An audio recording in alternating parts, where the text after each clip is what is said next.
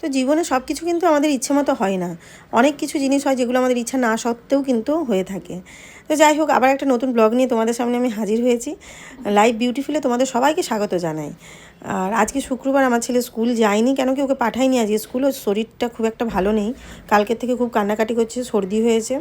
কিন্তু হলেই আর কি হবে, ঘরে থাকলে কিন্তু প্রচণ্ড বদমাশি করে। এই জাস্ট ঘুম থেকে উঠলো 9:30 পৌনে 10টার সময় উঠেছে আর কি।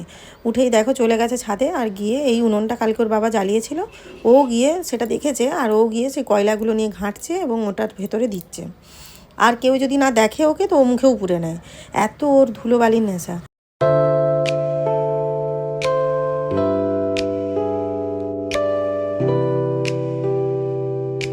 তো আমার রান্না কিন্তু বসিয়ে দিয়েছি আমি, কেন কি রান্না যদি তাড়াতাড়ি না বসাই প্রচণ্ড লেট হয়ে যায়।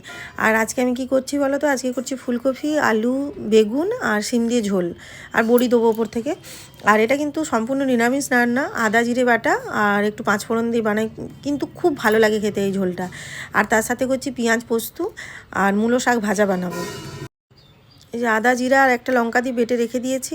ফুলকপি, আলু আর শিমটা আগেই ভেজে তুলে রেখে দিয়েছিলাম, তো বেগুনগুলো দিয়ে ভাজছিলাম। আর মূলো শাকটা না একটু মানে মোটা ছিল বলে এখানে না সে কচি কচি মূলো শাক পাওয়া যায় না, তো সেই জন্য প্রেসার কুকারে 2-3টে সিটি মেরে নিয়েছিলাম। আর মশলা দিয়ে ভালো করে ভেজে নিয়েছি, দেখো ফুলকপি, আলু সব কিছু দিয়ে, শিম, বেগুন ভাজা হয়ে গেছে। ভালো করে ভেজে নিয়ে এরপর জল দিয়ে এটাকে ঢেকে দিলেই কিন্তু ঝোল রেডি।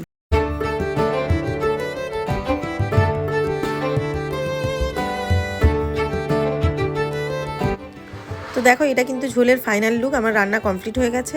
আর তার সাথে করেছি মূলো শাক ভাজা, বলেইছিলাম আমি। তো রান্না মোটামুটি কমপ্লিট, এবার রাত্রেরটা বাকি আছে। আর এই যে পেঁয়াজ পোস্ত,